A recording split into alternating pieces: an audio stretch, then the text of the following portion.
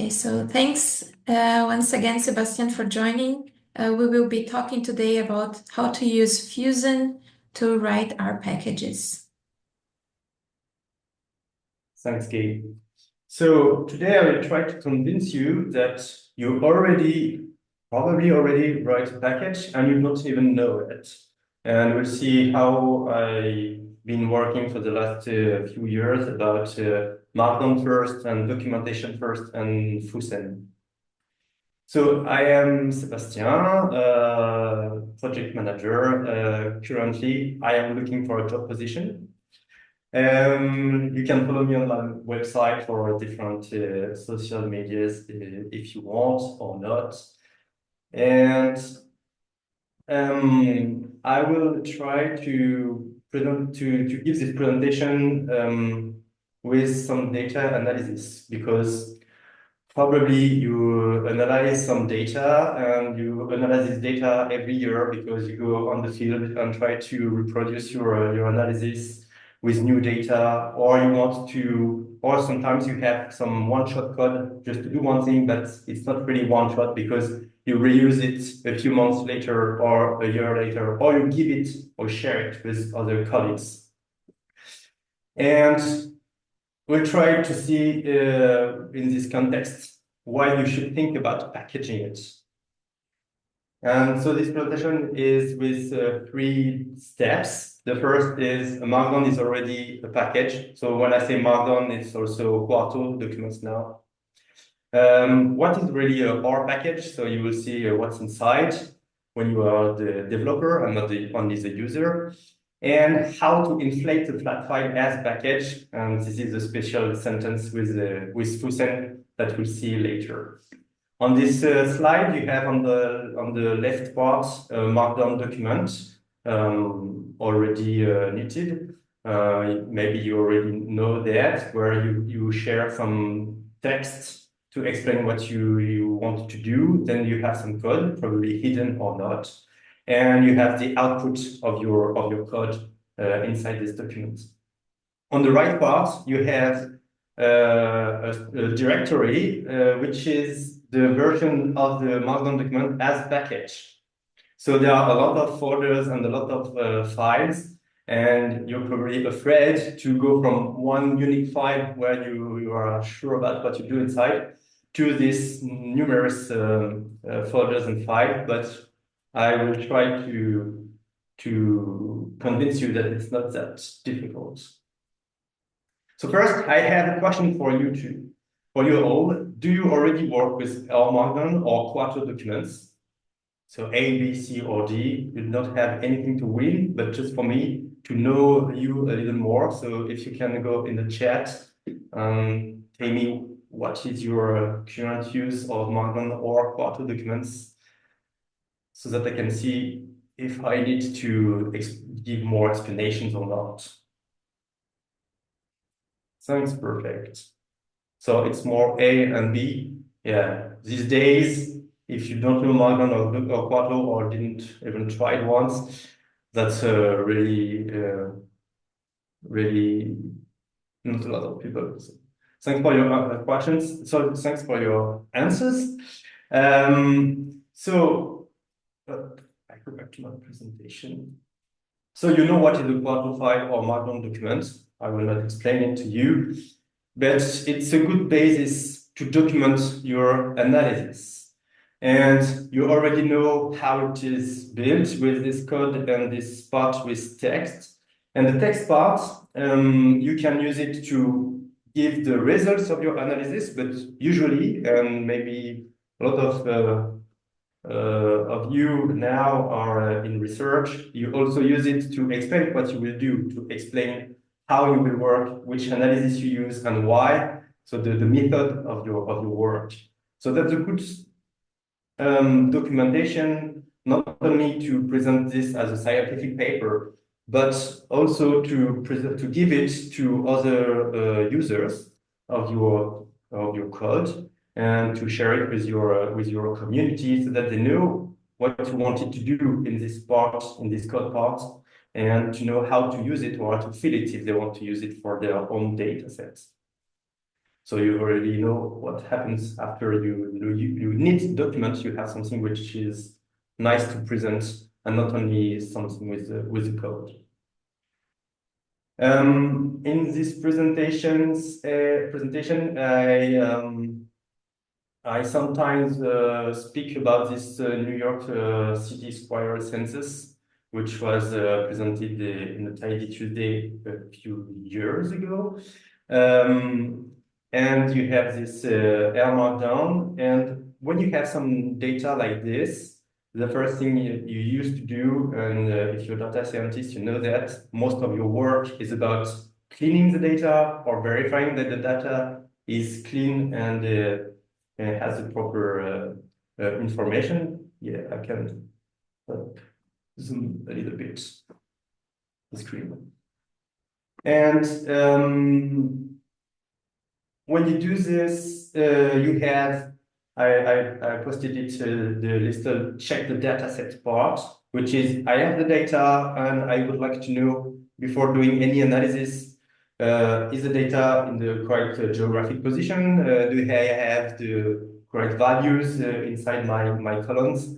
Because I wrote the code 1 year, but because I do the analysis 2 years, 3 years, or 5 years later, maybe the people do not put the data properly in the database, and we want to check that everything is good. So it's probably this check of the data, you can do it in your analysis directly, or probably you work with multiple Markdown file or script file that you have. That's okay to me.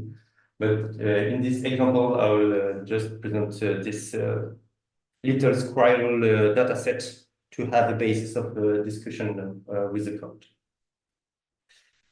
So a new question for you. Which of these situations have you faced in maintenance? You can have multiple answers if you want. I'll let you a few seconds to read the possible answers.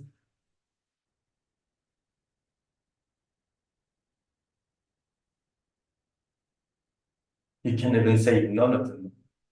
That would be good too.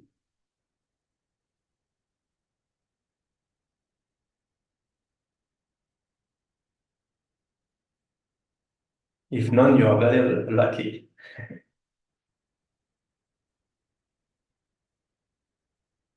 Good.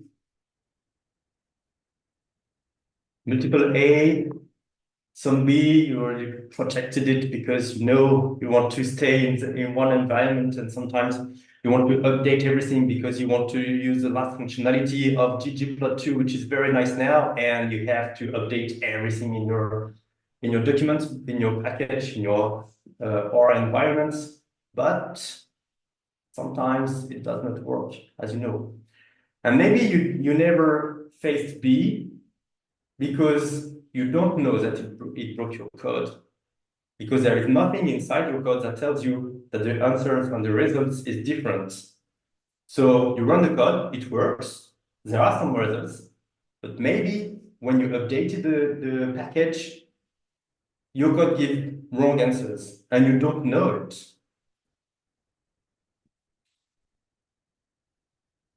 Second set of questions. Which of these situations have you faced? Something about collaborating with other people? If you collaborate,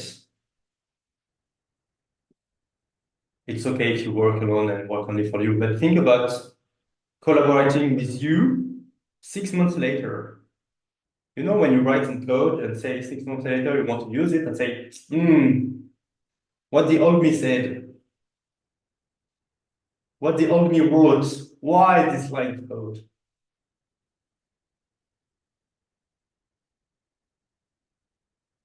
Copy pasting of your own code. Yeah, you use someone else's code. The problem is always the others, not you. But you will teach the other how to work properly so that you can work in good conditions. If there are multiple answers for some, I'm very sorry for you. So it's quite difficult to work with the script of others, even with your own script a few months later, because usually or sometimes you write a lot of lines of code because you want the results very quickly. But you don't think about commenting the code, or not only commenting the code, but documenting it. I mean, explain why you do this, why you choose this method. If you want help with this situation, packages are for you. And I will try to convince you about this. So to know what is a package, I will explore one package. This package is attachment. So it's not fusen, okay? It's another package that is used by attachment that I also developed. Maybe you don't know it. You probably don't know it if you never wrote a package. But you must know that the package structure when you are developing the package is not the same as the package structure that is installed on your computer when you are a user. So we'll see what's inside the heart of this package.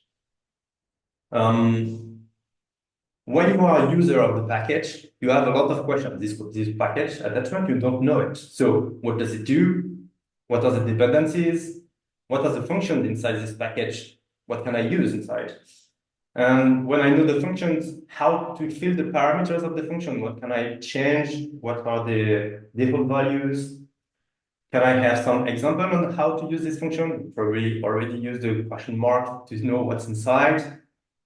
You can also ask, can I have an example on how to use the package as a whole? Because sometimes you don't only use one function, but multiple functions, and you want to know the order on how to use these functions. And you like that the people thought about presenting it. And will it work with the last version of R and the last version of dependencies that I have on my computer? Or can I update my computer to work with it? So this is a set of questions you can have as a user when you don't know the package first. And when you have this package, you can find all these answers. First, what does it do? You have the CRAN page, usually explain it a little with a little sentence to show what's inside.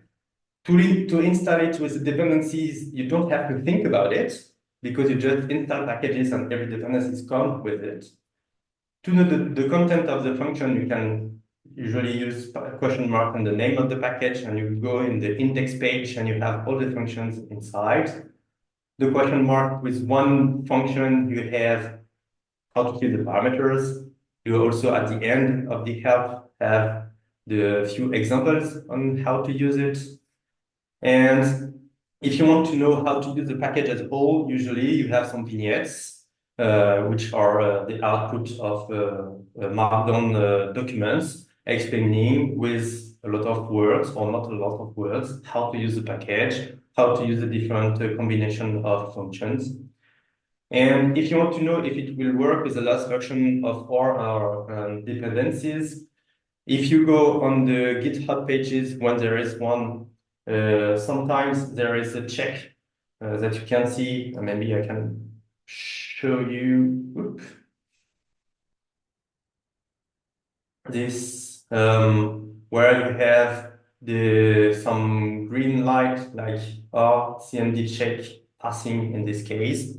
Okay, and also if you go on, if the package is on CRAN, on CRAN, that's how you say it, the servers are testing it on the next version of R and the last version of every package. So you as a user don't really have to think about it because the way the package is built, people already thought about it. And usually or sometimes you maybe already saw what is the package done website, and you can have all this information stored inside a full web page, full package, full website with all this information, the reference with all the functions and everything. So you probably already used this as a user, but now you will have to go on the other side. How do I answer it when I am the developer? You have some files, like a file which is called description. You have some directories, the R directory when you write your script, where you write the documentation of the function, where you write the examples of the function. You have a vignette directory, which is where you write the vignette. And you have a test directory where you will have to write some tests to verify what are the outputs of your function to make sure that you will be able to use it later. So this is the minimum set of directories and folders and files for a package. So you see 4 different places to store and your code and the documentation and think about it. So, okay, it's a lot of places. So a new question for you. Have you already built a package with all this? Yeah, no, it's not only me speaking, you have to work too.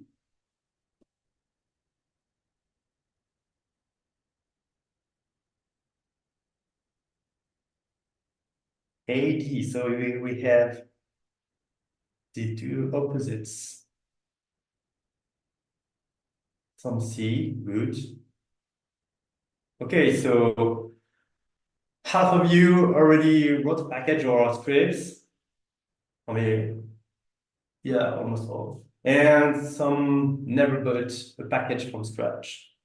That's good. Everyone can be interested in this presentation, so stay here. It can be helpful for you, whatever your knowledge about packages. So you see, there are many things to think and to set up as a developer. And for those who answered A, I will try to simplify a little the work for you. But for those who never wrote a package with all this information, let me convince you that if you already know how to write Markdown, you already wrote the package, almost. So see this code. We don't really care about what's inside, but it's about this New York spiral data. So as I said, when I receive the data, I would like to know if the coordinates are okay. And I would like to know if the column with the fur color is correctly written with only one color and not multiple colors, okay? So I can zoom in a little, but it's quite our code that check if everything is okay and stop the code if not, and check if the colors are true and stop if not. Otherwise, all states are good. This is kind of code that you can write in a chunk inside your R Markdown, and you say that, okay, if in the new year I add a new data inside my data set, I can run my Markdown completely, and the Markdown will stop before doing all the rest of the analysis if these tests or these checks are not okay. That's good. That's a good start for your work. But I will suggest that this code is stored inside the function.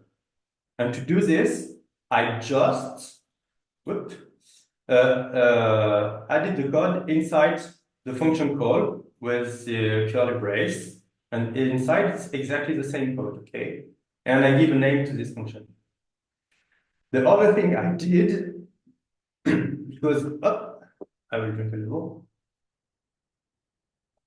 because I work properly, is to add a little documentation about this code, like what is the title of the function, what is this parameter x. In my case, I change the name of the dataset by x so that I can have any name of my dataset.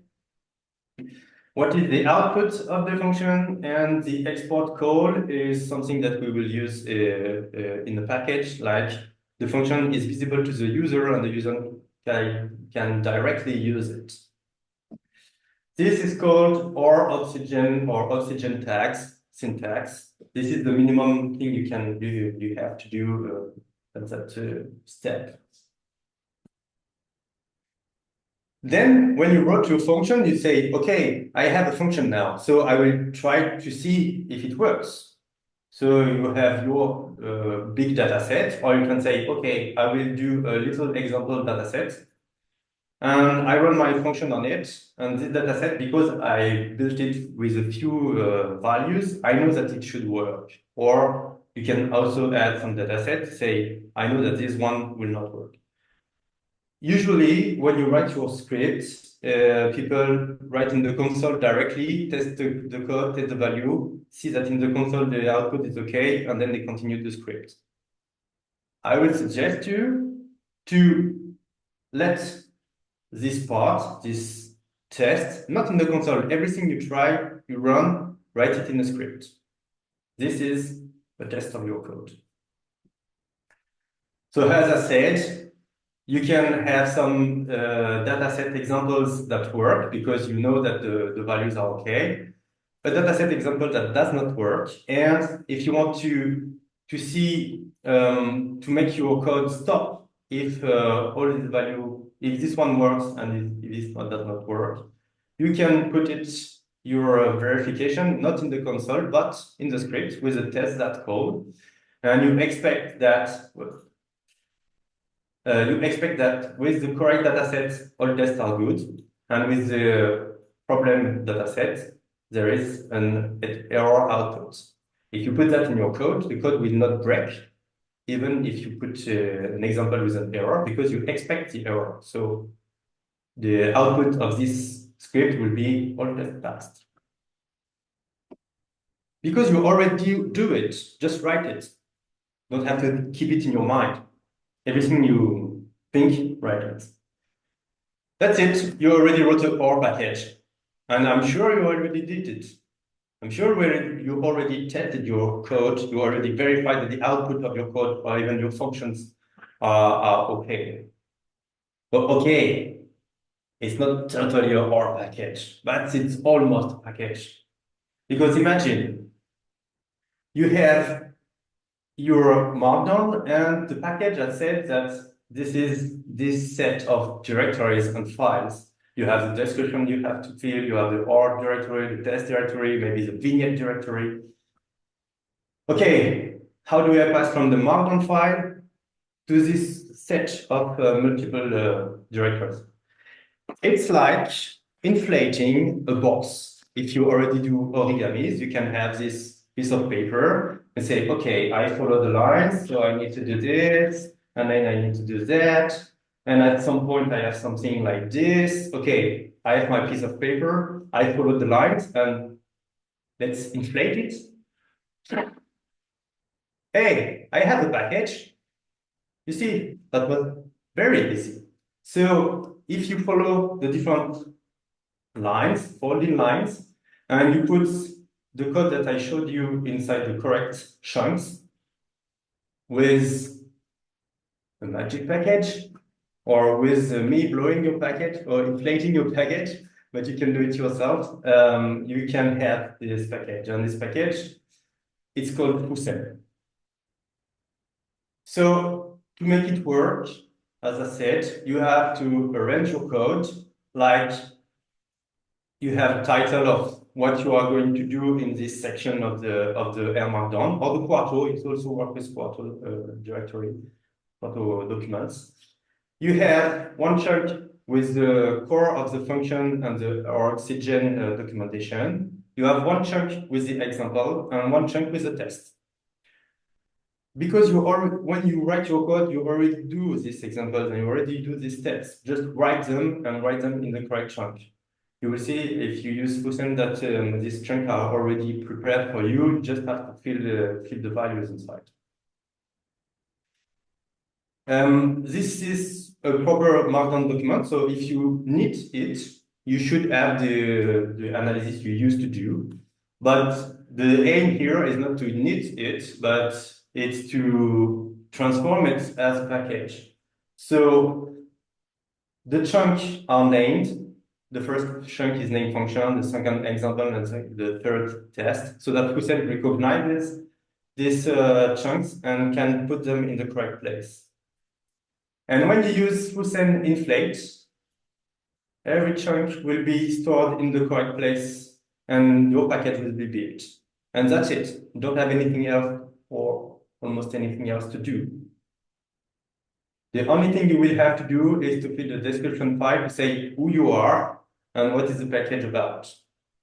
The rest is dealt with by fusen.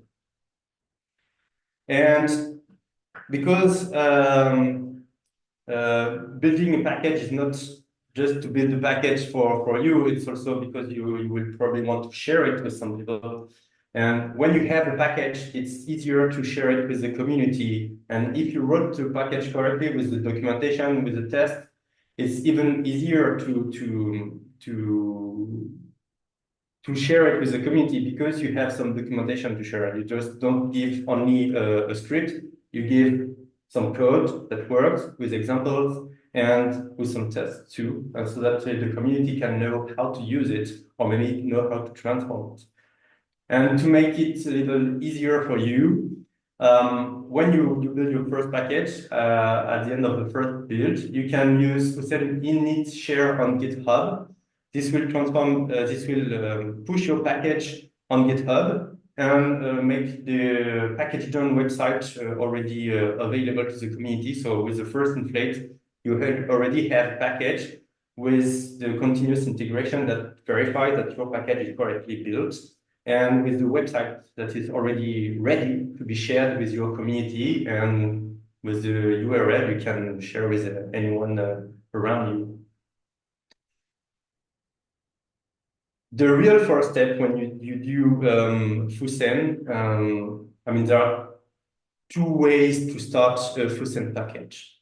Note that the fusen package is like a normal package. Okay, just have one folder more. That's okay. So either you already have a project, you already have a package, and say, okay, I already have a package. I find fusen very nice, and I would like to use it during my package, but I already built a package. Okay, if you want to add a new functionality, you can use fusen add flat template. It will add the Markdown document with the skeleton inside the dev directory that you can use as your basis for your new analysis. And you can inflate this file, and it will complete with your existing package. It will not destroy what you already built, okay? Everything that is already set will still exist. Nothing is deleted. It just adds a new function. But if you never wrote a package, for all the people who wrote D in my previous question, you can begin from scratch. Create a package with create fusen. You will have the same minimal R Markdown document skeleton that you can use as a basis. You also have a second Markdown, which is called dev history, that I suggest you follow first before writing your first function, because it will help you write who you are, what is your package about, define the license you want to share it, because if you don't have a license, you can give it to other people without them knowing what they can do with that. And there are a lot of multiple steps that you can choose to make it with, use it with Git to set multiple things before starting your first function that I suggest you try. You can also look at what's inside when you already have a package, and I will lose my voice. Sorry. If you want, this is the set of functions I used to use each time I built a new package, with or without fusen. So if you want, this was the R Studio, you know, when you can start a new package with R Studio. I did not try Positron, so I don't know how it works now. Project type with Positron may be the same. I don't know, but with this command line, it's enough. So how this answers all the problems I presented you before. So if you already had a problem with a package that you updated and that your analysis does not work, or you don't know that it does not work, which is worse, in your package you have unit tests. If you have problem with R in your package, you have unit tests. If you have some colleagues who want to transform your code to adapt it to new data, and maybe it breaks their code, or it breaks yours because you share the same file, you have unit tests. And D, you have unit tests. Okay, a lot of unit tests. But you see, unit tests, you already write them when you verify that your lines of code works. So just write test that. This is exactly the same thing that then is the answer is 12? Yeah, it's 12. Okay, so write it, expect. Don't be afraid about unit tests. And if you had problem with some colleagues who just come and ask you how to use a package or your work, now you have the vignette. You even have some examples, and you have the package on website if you share it, and if you want to share it on GitHub. Works also on GitHub, of course. And if you receive the code of someone you know, and you want to use the code of someone, and sometimes you face, okay, I don't have this library, so now I have to install it. You will not do that to your colleagues because you have the description file. When you install the package, you know that all the dependencies will be downloaded from the CRAN. So your colleagues and you don't have to think about missing packages anymore. What's next? I have 2 minutes left, I guess, something. You can use, as I said already, the classic development tools that are stored inside dev history.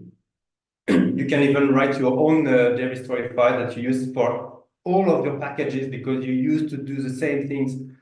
Most of these functions are from the package use this, if you already know it. Like use this, use Git, for instance.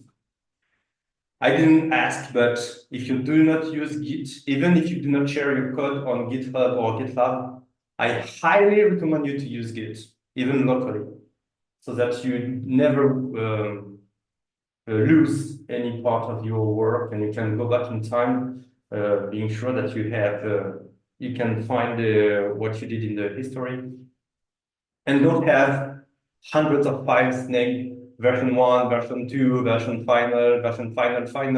I'm sure it's a version final. With Git, you only have one version, but you can go back in time if you want.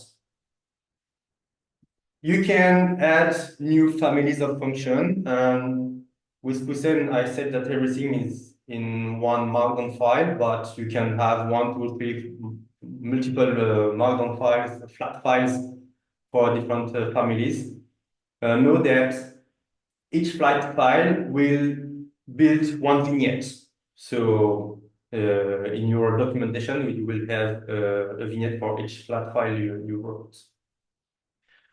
If you want to try fusen on a package that already exists, I suggest you see the vignette of fusen package, which explains why and how you can use it. For every question you will have, I'm sure that 90% of the answers are already in the tips and tricks vignette, okay? Because there are multiple tips and tricks that I try to add here. Each time I presented this, I gave this presentation. That does not mean I will not answer your questions, okay? So you can ask a lot of questions. I'm happy to answer them. I will not say read the manual. Share the work with your community. I mean, you can be afraid of sharing your scripts, but if you have a documentation or some test, it's always good to have external view. If this code is useful for you, it can be useful for someone else in the world. Yeah, you can share it with the world. So, and even if you never have any feedbacks or any users, don't worry. At least you have something to share and to show in your CV or whatever you want to do after your next job. And if you want to share the package on CRAN, you don't have to, okay? It's not because you have built a package that you have to share it in CRAN. If it's only on GitHub, some users can already install it. It just, they don't know if the package is tested on the next version of R or not. It depends if you put the continuous integration of R or not. But if you use share on GitHub script, everything is already tested. So you can say to user, it's not on CRAN, but I assure you that it is tested on all OSs with GitHub. And I know that you may work with some people who do not use fusen, and at some point also fusen can be confusing because you have multiple functions and you don't know where to modify the code. You can get rid of fusen totally with this new function, which is called fusen seppuku, which is on CRAN now, just this week. And it will delete everything that comes from fusen, so that after that, no one will know that your package was built with fusen. Okay? It just remove the dev directory indeed, and also remove the little line saying this file comes from fusen, do not modify it. But there are also a lot of other functions inside, and I'll let you go inside the documentation. That's it for me. Now it's time for you and for all your questions, and thank you for being helpful in giving me some answers in the chat, because I like to have some interactivity in my presentation, and that was a good one. Thanks.